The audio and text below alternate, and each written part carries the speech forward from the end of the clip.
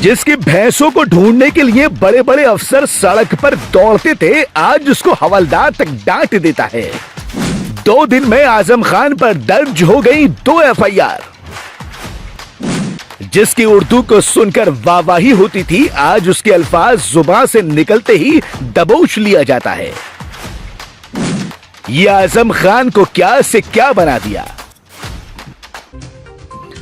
आजम खान का भौकाल तो आपने सुना और देखा ही होगा।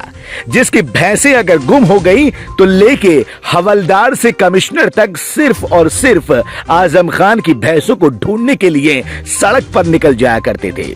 जिसने अल्फाज अगर कुछ कहे तो लोग सुनने के साथ साथ उनको अपनी जिंदगी में उतार लेते थे और उनके एग्जाम्पल उदाहरण दिया करते थे। लेकिन आज वही आजम खान क्या से क्या हो गए, कहां थे कहां आ गए, ये कहा नहीं जा सकता।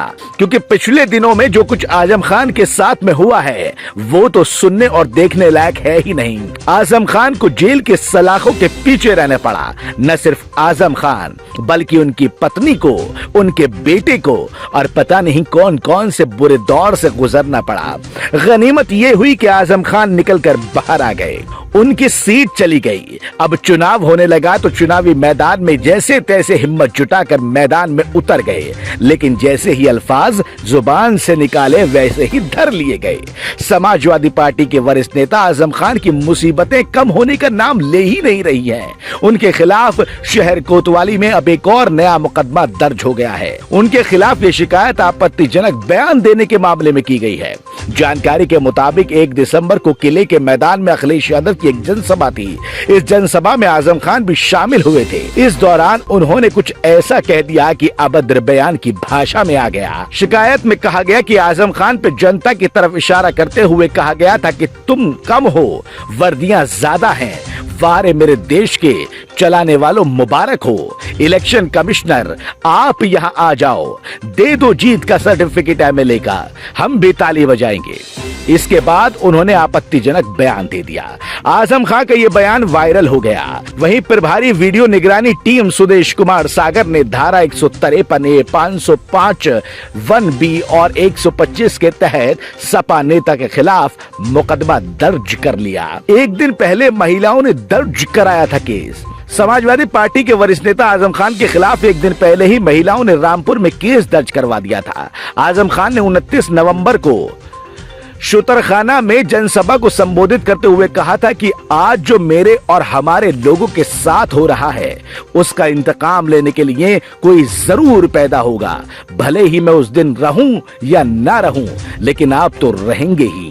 बीजेपी सरकार पर हमला बोलते हुए उन्होंने कहा कि जैसा सुलूक उनके साथ हो रहा है, अगर वैसा वो 4 सरकारों में रहने के बाद करते तो बच्चा मां के पेट से पैदा होने से पहले ये पूछता कि पूछ लो आजम खान से बाहर निकलना भी है या नहीं।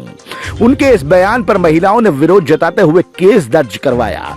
पुलिस ने इस मामले में आजम खान पर धारा 394B, 354A, 353A, 505, 504, 509 और 125 में मुकदमा दर्ज करवाकर कार्रवाई शुरू कर दी।